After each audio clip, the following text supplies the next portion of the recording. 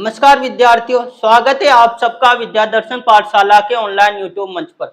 मेरा नाम रवि वर्मा।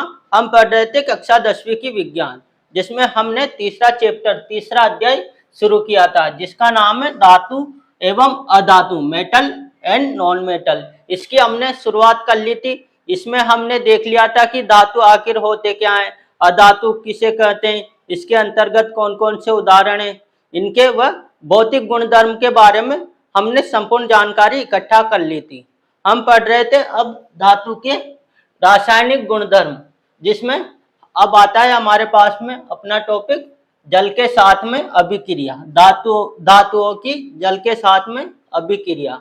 तो देखते हैं, जब हम धातु की जल के साथ में अभिक्रिया करवाएंगे तो हमारे पास में या तो धातु ऑक्साइड बनेगा, मतलब धातु के साथ में ऑक्सीजन जुड़ा हुआ रहेगा, या तो हाइड्रोक्साइड जुड़ा हुआ रहेगा। हाइड्रोक्साइड मतलब एक तो ऑक्सीजन और हाइड्रोजन दोनों जुड़े रहेंगे, और अपने पास हाइड्रोजन गैस भी प्राप्त होगी।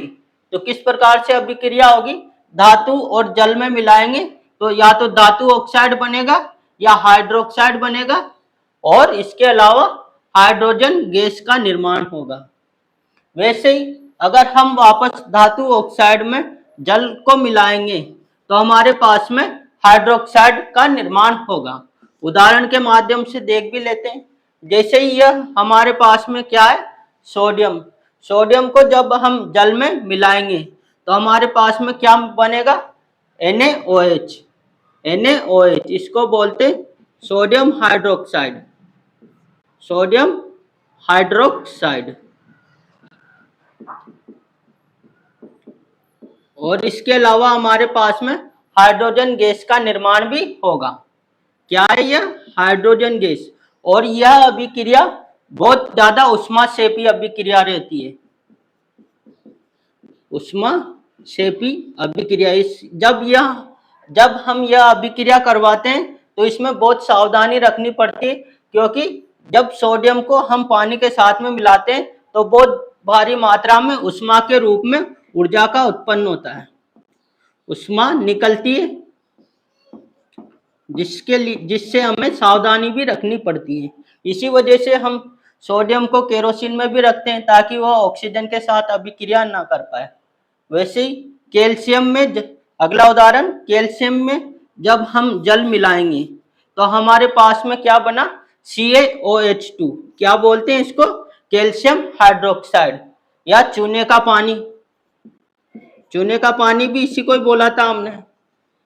अगर इसका नाम देखेंगे तो कैल्शियम हाइड्रोक्साइड, कैल्शियम हाइड्रोक्साइड। और दूसरा उत्पाद हमने यहाँ देख लिया, हाइड्रोजन गैस का तो निर्माण होगा इससे ही। वैसे ही Fe क्या है हमारे पास में, आयरन। आयरन बोल दो, लोहा बोल दो, एक ही बात रहती है। जब इसके साथ में हम जल की अभिक्रिया करवाएंगे तो हमारे पास में Fe3O4 बनेगा, मतलब फेरिक ऑक्साइड बोलते हैं इसको, और दूसरा हाइड्रोजन गैस का निर्माण होगा। तो ये थी हमारे पास में धातु की जल के साथ में अभिक्रिया। वैसे ही हम अलग अलग धातु को जल के साथ में अभिक्रिया करवाएंगे तो उसके लिए हमें जल की अलग अलग अवस्था की आवश्यकता होती है। मतलब बहुत से धातु जल के साथ में जल की अलग अलग अवस्था के साथ अभिक्रिया करते हैं। वैसे ही सोडियम, पोटेशियम और कैल्शियम ठंडे जल के साथ में अभिक्रिया करते हैं। यह इनकी अभिक्रिया करवाने के लिए हमें ठंडे जल की आवश्यकता होती है, और यह अभिक्रिया बहुत उष्माक्षेपी अभिक्रिया रहती है, मतलब बहुत भारी मात्रा में उष्मा का उत्सर्जन होता है, उष्मा का उत्सर्जन होता है। और देखते हैं, एल्यूमिनियम, आयरन और जिंक जल वाष्प के साथ में अभिक्रिया करते हैं। यह जल वाष्प मतलब जल तो हो लेकिन वाष्प के रूप में, मतलब जल किस अवस्था में हो, वाष्प के रूप में उपस्थित हो, उनके साथ में एल्यूमिनियम, आयरन और जिंक जस्ता जल वाष्प के साथ में अभिक्रिया करते हैं। वैसे ही मैग्नीशियम गर्म जल के साथ में अभिक्रिया करते हैं। मैग्नीशियम की अभिक्रिया करवाने के लिए हमें गर्म जल की आवश्यकता होती है। और देखते हैं धातु की जल के साथ में अभिक्रिया।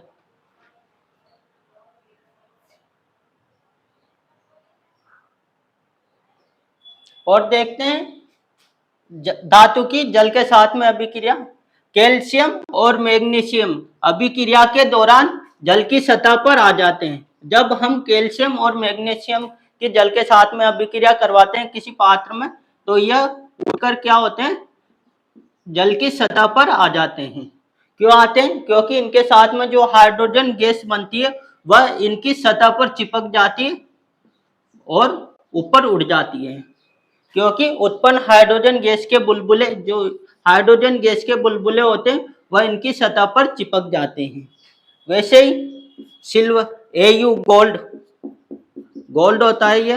Ag मतलब सिल्वर चांदी, कॉपर तांबा, और Pb का मतलब लेड।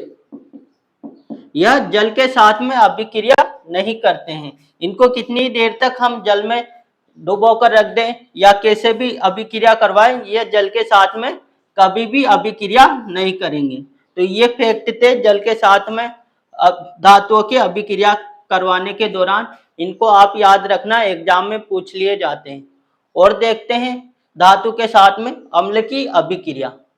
तो अब देखते हैं धातु की अम्ल के साथ में अभिक्रिया। मतलब जब धातु की हम अम्ल एसिड के साथ में अभिक्रिया करवाएंगे तो हमारे पास में किस किस का निर्माण होगा। वैसे धातु है, जब हम तनु अम्ल के साथ में अभिक्रिया करवाएंगे, मतलब तनु अम्ल जिसमें ऐसा अम्ल जिसमें पानी की मात्रा अधिक हो, तो हमारे पास में लवण का निर्माण होगा और दूसरा हाइड्रोजन गैस का भी निर्माण होगा। किस किस का? लवण और हाइड्रोजन गैस का निर्माण होगा। उदाहरण से देखते हैं, जब हम Fe मतलब आयरन, लोहा, इसकी अभिक्रिया जब हम हाइड्रोक्लोरिक अम्ल से करवाएंगे तो हमारे पास में फेरस क्लोराइड अम्ल, फेरस क्लोराइड बनेगा जो एक प्रकार का लवण है, और दूसरा हाइड्रोजन गैस का निर्माण होगा। तो इसमें भी एक तो ये याद रखना है, लवण का निर्माण होगा और हाइड्रोजन गैस का निर्माण होगा। वैसे ही जब हम एल्यूमिनियम भी हमारे पास में धातु है, और इसकी जब हम हाइड्रोक्लोरिक अम्ल के साथ में अभिक्रिया करवाएंगे तो हमारे पास में AlCl3 एल्यूमिनियम क्लोराइड लवण का निर्माण होगा। क्या है ये? एल्यूमिनियम क्लोराइड, एल्यूमिनियम क्लोराइड, और यह एक प्रकार का लवण है। और दूसरा हाइड्रोजन गैस का भी निर्माण होगा।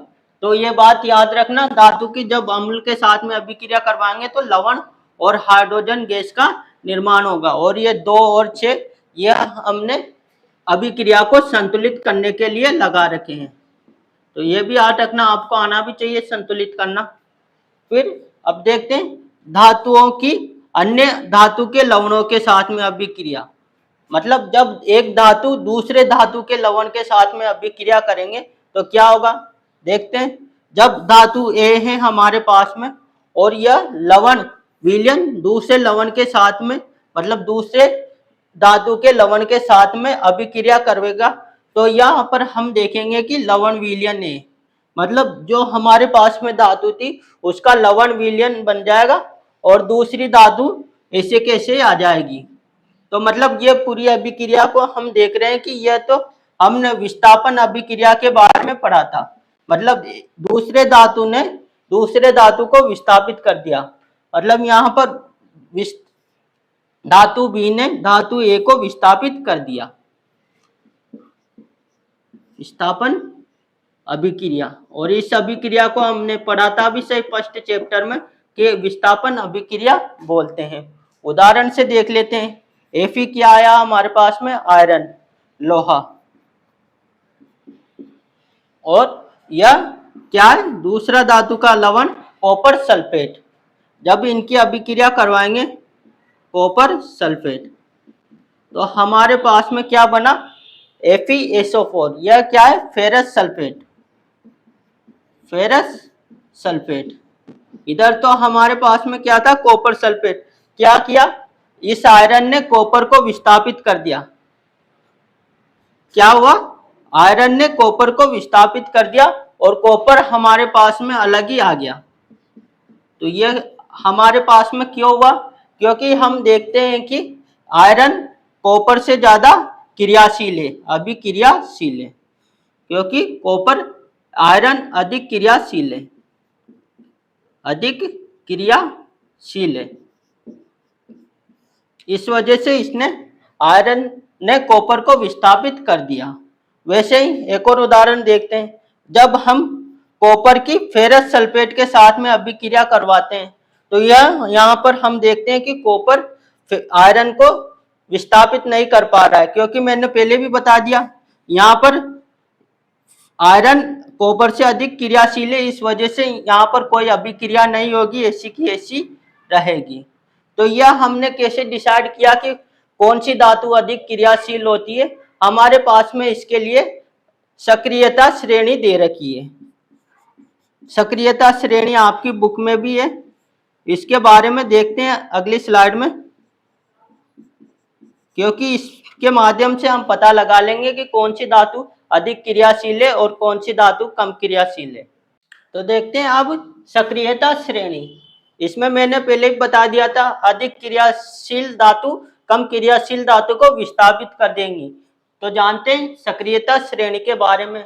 मतलब सक्रियता श्रेणी वह सूची है, मतलब धातुओं की वह सूची है जिसमें धातुओं की क्रियाशीलता को अवरोही क्रम में व्यवस्थित किया गया है। अवरोही मतलब घटते हुए क्रम, घटते हुए क्रम में व्यवस्थित किया गया है। मतलब सबसे अधिक क्रियाशील तो ऊपर ही ऊपर आ जाएगी, सबसे पहले आ जाएगी, फिर कम क्रियाशीलता वाली धातु उसके बाद में आती रहेगी। मतलब सबसे कम क्रियाशीलता वाली धातु सबके बाद में आएगी। तो क्या हुआ हमारे पास में? सक्रियता श्रेणी वह सूची है जिसमें धातुओं की क्रियाशीलता को अवरोही क्रम में व्यवस्थित किया जाता है, और यह श्रेणी क्या कहलाती है हमारे पास में? सक्रियता श्रेणी।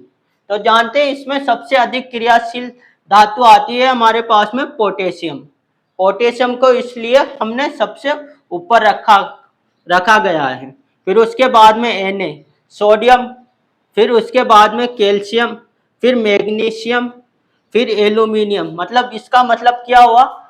पोटेशियम ऊपर आया है तो यह सोडियम को बहुत आसानी से विस्थापित कर देगा, जबकि सोडियम पोटेशियम को विस्थापित नहीं कर पाएगा।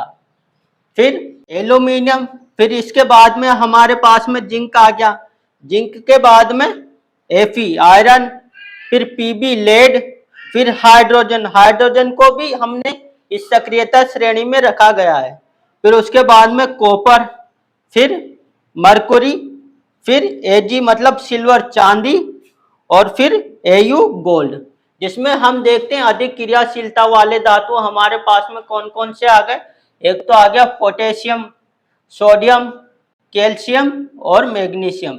यह हमारे पास में अधिक क्रियाशील धातु है। यह धातु अन्य धातुओं को जो मध्यम क्रियाशीलता में होंगे या कम क्रियाशीलता में होंगे, इनको बहुत आसानी से विस्थापित कर देंगे। फिर वैसे ही मध्यम क्रियाशीलता में धातु आते हैं हमारे पास में जिंक, आयरन, लेड और हाइड्रोजन। यह हमारे पास में मध्यम, मतलब इनकी ना तो अधिक क्रियाशीलता होगी ना कम क्रियाशीलता होगी, यह मध्यम में आए, बीच में आए। फिर हमारे पास में कम क्रियाशीलता में आया हमारे पास में Hg, मरकुरी, पारा, पारद बोल दो या मरकरी बोल दो। फिर उसके बाद में Ag का मतलब सिल्वर चांदी, और Au का मतलब गोल्ड सोना। तो यह हमारे पास में सबसे ज्यादा इम्पोर्टेंट टॉपिक भी बोल सकते हो, क्योंकि यह आपके अभी भी काम आएगी। इसके माध्यम से हम बता देंगे कि कौन सी धातु अधिक क्रियाशील है। और फिर आगे अगर आप केमिस्ट्री पढ़ोगे 11वीं 12वीं में, तो वहां पर भी बहुत अधिक काम आती है। तो इसको अभी पढ़ लेना, अच्छे से याद रख लेना कौन से धातु अधिक क्रियाशीलता में आते हैं, मध्यम क्रियाशीलता में कौन से धातु है, वह कम क्रियाशीलता में कौन से धातु है। तो ये थी हमारे पास में सक्रियता श्रेणी। अब देखते हैं हम धातुओं की अधातुओं के साथ अभिक्रिया, मतलब धातु अधातु के साथ में किस प्रकार से अभिक्रिया करेंगे, यह किस प्रकार से ऋणायन धनायन बनाएंगे, इसमें हम जानेंगे। तो तत्वों को अभिक्रियाशीलता संयोजकता कोष को पूर्ण करने की प्रवृत्ति के रूप में समझ सकते हैं। मतलब तत्व किस प्रकार से अभिक्रिया करेंगे, इनको हम अपने संयोजकता कोष को पूर्ण करने की प्रवृत्ति के आधार पर समझ सकते हैं। हमने पिछली कक्षा में पढ़ा भी है कि इनको तत्वों को क्या करना पड़ता है, अपना अष्टक का नियम पूर्ण करना पड़ता है। बिना अपने अष्टक के नियम को पूर्ण करे बगैर यह स्थिर नहीं हो सकते, इनमें स्टेबिलिटी नहीं आएगी, स्टेबिलिटी नहीं आएंगी। तो इनको क्या करना पड़ेगा, अपने संयोजकता कोष में अष्टक पूर्ण करने पड़ेंगे। वैसे ही धातु संयोजकता कोष से इलेक्ट्रॉन त्याग कर धनायन बनाते हैं। धातु अपने संयोजकता कोष से इलेक्ट्रॉन को त्याग कर कर क्या बनाते हैं, धनायन, मतलब पॉजिटिवली चार्ज वाले आयन बनाते हैं। देखते हैं उदाहरण के माध्यम से। जैसे ही हमने उदाहरण लिया सोडियम, सोडियम एक प्रकार का धातु है। सोडियम, सोडियम में परमाणु की संख्या कितनी होती है, 11, हम सबको पता भी है। और यह इसमें कोष होंगे के, एल, एम और एन, ये कोष है इसके इलेक्ट्रॉन कोष। तो इसमें के कोष में कितनी संख्या होती है इलेक्ट्रॉन की, के कोष में इलेक्ट्रॉन की संख्या होती है 2 इलेक्ट्रॉन आते हैं इसमें। फिर एल में फिर और जितने भी कोष आएंगे उनमें 8 इलेक्ट्रॉन आते हैं। 2 और 8 कितने हो गए परमाणु, 10 तो हो गए। एम में कितना, 1 बचा 11 होते हैं, तो 1 इसमें आ जाएगा। और हम ये जानते हैं कि इनके कोष को स्थिरता लाने के लिए 8 पूरे करने पड़ते हैं, लेकिन इसके पास तो यहाँ पर अंतिम संयोजकता कोष में 1 ही इलेक्ट्रॉन है, 1 ही परमाणु है। तो यह क्या करेगा, इसको त्याग देगा, इसको त्याग देगा। इसने 1 इलेक्ट्रॉन किसी को त्याग दिया, तो इसके पास अंतिम सेल बचा, इसके पास एल कोष, और इसमें कितने 8 बचे, तो इसका अष्टक पूर्ण हो गया। वैसे ही अब इसमें 1 इलेक्ट्रॉन में क्या ऋणायन चार्ज रहता है, तो यह एक ऋणायन तो बाहर निकल गया, तो इस पूरे पर क्या बचा, धनायन चार्ज बचा। वैसे ही ठीक इसका विपरीत हम अधातु के साथ में करते हैं। वैसे ही अधातु का एग्जाम्पल लिया हमने क्लोरीन। क्लोरीन में परमाणु की संख्या कितनी होती है, 17।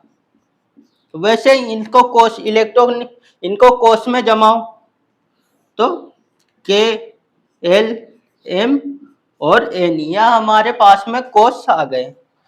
तो फर्स्ट में के में कितने इलेक्ट्रॉन आते हैं, 2 इलेक्ट्रॉन, और एल में 8 इलेक्ट्रॉन। वैसे एम में कितने आएंगे, 7 इलेक्ट्रॉन। तो इसके पास में 1 इलेक्ट्रॉन की कमी है, क्योंकि अपना अष्टक पूर्ण नहीं कर पा रहा है, तो यह क्या करेगा, किसी से 1 इलेक्ट्रॉन ले लेगा। और इलेक्ट्रॉन ऋणायन होते हैं, तो इसके पास में 1 ऋणायन आ जाएगा, तो इस पूरे पर कितना चार्ज आ जाएगा, 1 ऋण का, क्योंकि 1 नेगेटिव चार्ज आ गया, ऋणायन आ गया, तो पूरे पर भी ऋणायन आ जाएगा। इस प्रकार से यह धातु तो धनायन बनाते और अधातु ऋणायन बनाते हैं। और देखते हैं ऐसे ही यौगिक जो इलेक्ट्रॉन के आदान प्रदान द्वारा बनते हैं उन्हें आयनिक यौगिक बनते हैं, आयनिक यौगिक कहते हैं। मतलब ऐसे यौगिक जो इलेक्ट्रॉन का आदान प्रदान कर कर बनेंगे उनको आयनिक यौगिक कहते हैं। जैसे ही हमने ये तो जान लिया सोडियम का और क्लोरीन का उदाहरण, तो अब देखते हैं ये दोनों किस प्रकार से बनते हैं। जैसे ही हमने NaCl, यह एक प्रकार का, यह भी आयनिक यौगिक का ही उदाहरण है। जैसे हमने सोडियम, सोडियम को क्या करना पड़ता है, अपने में स्थिरता लाने के लिए 1 इलेक्ट्रॉन किसी को देना पड़ता है। सोडियम के अंतिम सेल में 1 इलेक्ट्रॉन है। वैसे क्लोरीन, क्लोरीन में अपने पास में क्या है, 7 इलेक्ट्रॉन है अंतिम में।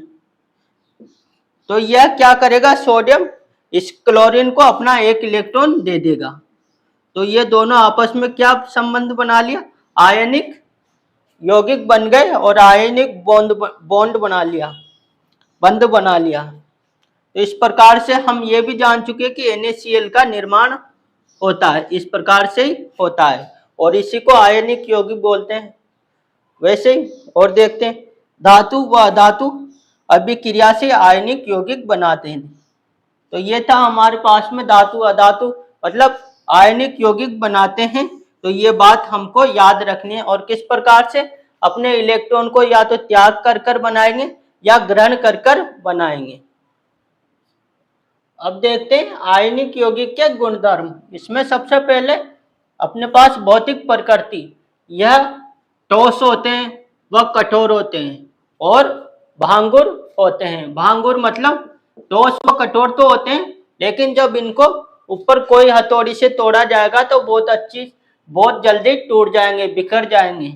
इसका मतलब बिखर जाते हैं, थोड़े से फोर्स में यह बिखर जाते हैं। फिर आता है अपने पास गलनांक एवं क्वथनांक।